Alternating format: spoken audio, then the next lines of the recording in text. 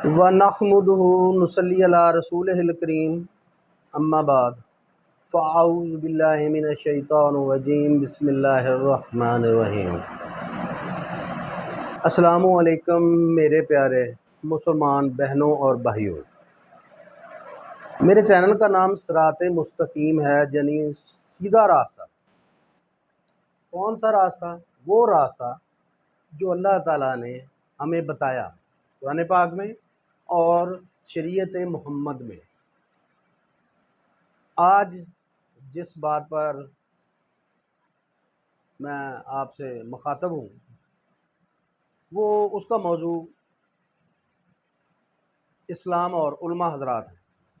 اس دور میں ہمارے علماء حضرات، میں ان کی بڑی دل سے عزت کرتا ہوں، بہت احترام کرتا ہوں کہ اللہ تعالیٰ نے انہیں علم سے نوازا، لیکن علم کو غلط استعمال کرنا، ناجائز استعمال کرنا اور شریعت سے ہٹ کے استعمال کرنا، یہ اس سے بہتر ہے کہ انسان کے پاس علم نہ ہو۔ آپ نے ناصر مدنی صاحب کو سنا ہوگا، وہ اسلام پہ بات کرتے ہیں تو اس میں مزاح، مذاق، شغل، سیاست، بہت سی منفی باتیں ہوتی ہیں۔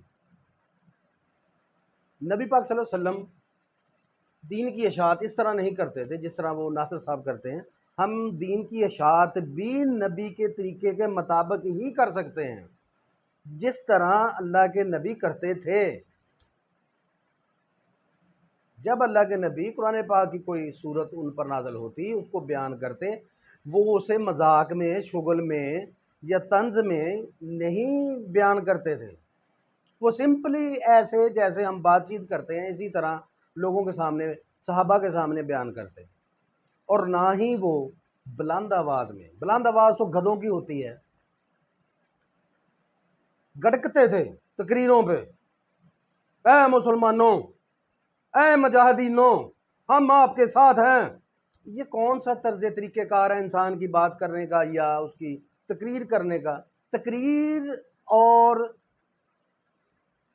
اسلام کی اشاعت میں بہت ڈفرنس ہے۔ تقریریں کریں آپ دنیاوی موضوع پہ کریں، دنیاوی موضوع پہ آپ ویڈیو بنائیں۔ آپ دین کا کیوں سہارا لے رہے ہیں کہ آپ دین کے سہارے کو مذاق اور شغل میں بنا رہے ہیں؟ یہ دین کو کھیل تماشا نہیں ہے، یہ ایک سنجیدہ معاملہ ہے۔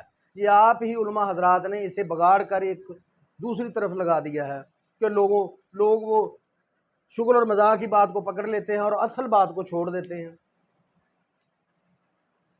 غلط ہے جناب، یہ بہت ہی غلط ہے، صریحاً غلط ہے۔ کسی بھی صحابی سے، کسی بھی یا اللہ کے نبی سے کوئی حدیث ثابت ہو کہ نبی پاک صلی اللہ علیہ وسلم کا طریقہ کار بات کرنے کا کیا تھا؟ کیا وہ ایسے بات کرتے تھے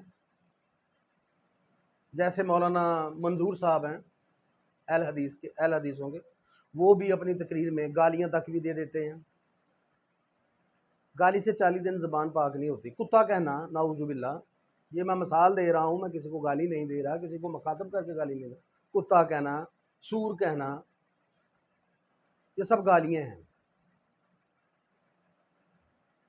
اب کیسے گالی دے سکتے ہیں؟ اب بدعا دے سکتے ہیں، گالی نہیں دے سکتے۔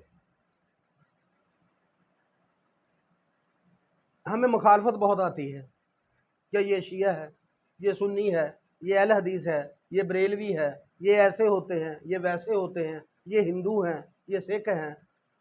وہ بھائی ہم کیا ہیں؟ ہم کیا ہیں؟ کیا ہم صراط مستقیم پر ہیں؟ ہم خود تو صراط مستقیم پر نہیں ہیں اور دوسروں کو طنز لگاتے ہیں، دوسروں کو کہتے ہیں ہم مسلمان ہیں باقی سارے کافر ہیں۔ نہیں بھائی، نہیں ہیں، ہم سبھی مسلمان، لیکن ہم میں کچھ ڈفرینسز ہیں جو ہم دور کر سکتے ہیں، تفرقہ بندی کو دور کر سکتے ہیں۔ اللہ تعالیٰ فرماتے ہیں اللہ کی رسی کو مضبوطی سے تھام لو اور تفرقے میں مت پڑو۔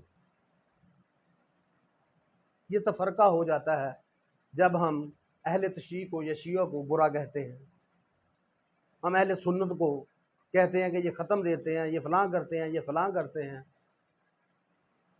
دیوبند کو، بریلوی کو۔ بھائی اسلام تو اکٹ کا نام ہے، تفرقے کا نام نہیں ہے، نفرت کا نام نہیں ہے۔ یہ بھی بنیاد علماء کی ہی بنائی ہوئی ہے، ہمارے لوگوں کی نہیں ہے۔ جو علماء بیان کرتے ہیں وہی لوگ اسی کو اپنے اوپر لاگو کر لیتے ہیں۔ انہی علماء نے ہمیں ایک دوسرے سے جدا کر دیا ہے، ہم مسلمانوں کو ایک دوسرے سے جدا کر دیا ہے۔ ہمارے اندر وہ فرق، وہ تفرقہ ڈال دیا ہے کہ یہ اہل حدیث جا رہا ہے، یہ اس کا تعلق دیوبند سے ہے۔ او بھائی، ہم مسلمان ہیں، آنا مسلم ہوں یا قوم، اے قوم ہم مسلمان ہیں، میں مسلم ہوں۔ یہ سارے فرقے میرے بھائی ہیں، سارے فرقے میرے بھائی ہیں۔ اگر ان میں کوئی ڈیفرنس ہے اس کو دور کیا جا سکتا ہے، لیکن یہ علماء حضرات دور نہیں کریں گے، کیونکہ قرآن پاک میں بھی لکھا ہے کہ یہ اپنے آپ کو اعلیٰ کرنے کے لیے اسلام میں ڈیفرنسز لاتے ہیں اپنے آپ کو، کہ میں نے یار یہ بات کر دی، شیعوں میں یہ برائی ہے۔ ٹھیک ہے بھائی، اگر ان میں کوئی برائی ہے یا اہل سنت میں کوئی برائی ہے یا دیوبند میں ہے، بھائی وہ اس کو قرآن اور شریعت کے مطابق وہ خود وہ فرقہ بھی اسے کا حل کرے، اور وہ دوسرے فرقوں سے بھی مشاورت کر سکتا ہے، اس کو دور کر لیں، ایک جگہ یکجا ہو جائیں تاکہ پوری دنیا کا مسلم ایک جگہ اکٹھا ہو جائے۔ لیکن یہ ممکن نہیں ہے اور نہ یہ ہونے دیں گے۔ ہم لوگوں کو ہی جو نبی پاک صلی اللہ علیہ وسلم کے ہم پیروکار ہیں، ہمیں سوچنا پڑے گا۔ اسی لیے مجھے یہ یوٹیوب پر آنا پڑا کہ تاکہ یہ تفرقہ بندی، میں تو سب کو بھائی سمجھتا ہوں، اہل تشیع وہ بھی میرے بھائی ہیں، اہل حدیث وہ بھی میرے بھائی ہیں، اہل سنت وہ بھی میرے بھائی ہیں، دیوبند وہ بھی میرے بھائی ہیں۔ ہم سب ایک معاشرہ ہیں، ہم ایک دوسرے کی خوبیاں خامیاں، ہاں اگر ہم میں کوئی برائیاں ہیں وہ دور کریں۔ اگر ہاں بھائی یار تم کسی کو ساتھ ظلم کیوں کرتے ہو، تم کسی کا مال کیوں کھاتے ہو، تم کسی کے ساتھ زیادتی کیوں کرتے ہو، یہ بات تو کریں، ایک دوسرے کے ساتھ کریں، لوگوں کو روکیں اس سے، یہ تو ٹھیک ہے۔ کبھی آپ اسلام کا شغل لگاتے ہیں، وہ کیسی کیسی باتیں کرتے ہیں ناصر مدنی صاحب، جن کا اسلام کے ساتھ تعلق ہی کوئی نہیں ہے، اور لوگ اسے سن کر ہنستے ہیں، مذاق بناتے ہیں، مذاق اڑاتے ہیں۔ ٹھیک ہے، تنقید ہے، تنقید اس طرح کریں جس طرح نبی پاک صلی اللہ علیہ وسلم کرتے تھے۔ کسی کے ذاتی، اگر آپ کسی کے ناحق رب کو برا کہیں گے تو وہ آپ کے حق والے رب کو برا کہے گا۔ تنقید نہ کریں، جوڑیں، یہ کہیں کہ یار آپ میں بھائی آئے بیٹھ کے بات کرتے ہیں، اگر ہم میں کوئی خامیاں آپ بتائیں، اہل سنت والے ہمیں بتائیں، ہم آپ کو بتاتے ہیں کیا ہمیں یہ خامی ہے، کیا شریعت یہ چیز کی اجازت دیتی ہے یا نہیں دیتی۔ کچھ تو مسائل ہیں ہمارے درمیان، لیکن نہیں،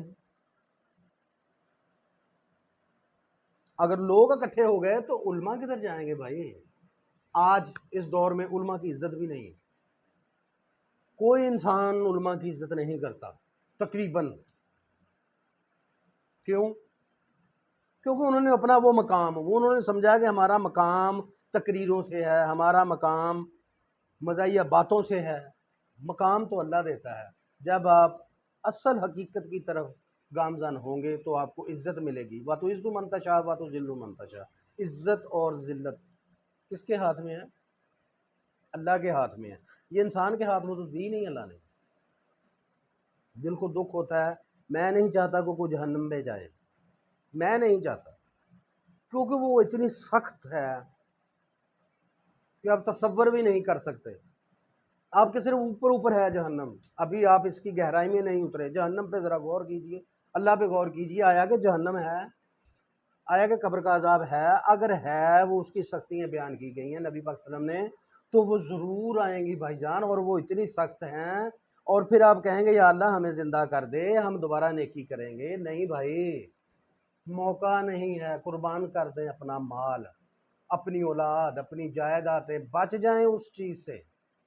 وہ حساب ہم نہیں دے سکتے، میں تو نہیں دے سکتا، میں تو ایک لمحہ اس دنیا میں اللہ کی دی ہوئی تکلیف کو برداشت نہیں ہوتی مجھ سے، اس دنیا میں جو اس تکلیف سے 70 گنا کم ہے۔ یار میں یہ نہیں، میں خدا سے اس کے لیے بھی معافی مانگتا ہوں کہ میں یا اللہ یہ برداشت نہیں کر سکتا، دنیا کی تکلیف نہیں برداشت کر سکتا، میں کوئی ایسی بیماری نہیں برداشت کر سکتا جو بہت سخت ہو، تو میں آخرت کی بھائی وہ تو بہت دور ہے جو ابدی ہوگی۔ آپ دیکھیں نا جنت، ایک طرف جنت دیکھ لیں کتنی پرسکون، پر آرام، ایک سا ماحول، ایک سا موسم، جو چاہیں کھانے کو ملے، جیسے چاہیں آپ پھریں، جو چاہیں کریں. ایک طرف جہنم جہاں آپ کی مدد کرنے کے لیے کوئی نہیں ہوگا سوائے اللہ کے، اور وہاں مدد آپ کی نہیں جائے گی، کیونکہ اللہ تعالیٰ فرماتے ہیں کہ میں انصاف پسند ہوں. کیا میں نے کوئی قربانی نہیں دی اسلام کی خاطر؟ حضرت ابوبکر صدیق کی طرح، عثمان کی طرح، علی کی طرح، حضرت بلال حبشی کی طرح میں نے رضی اللہ تعالیٰ عنہ کے لیے کوئی قربانی نہیں دی. تو خواہش رکھتا ہوں جنت میں میرا اعلیٰ مقام ہوگا. کیسے ہوگا بھائی؟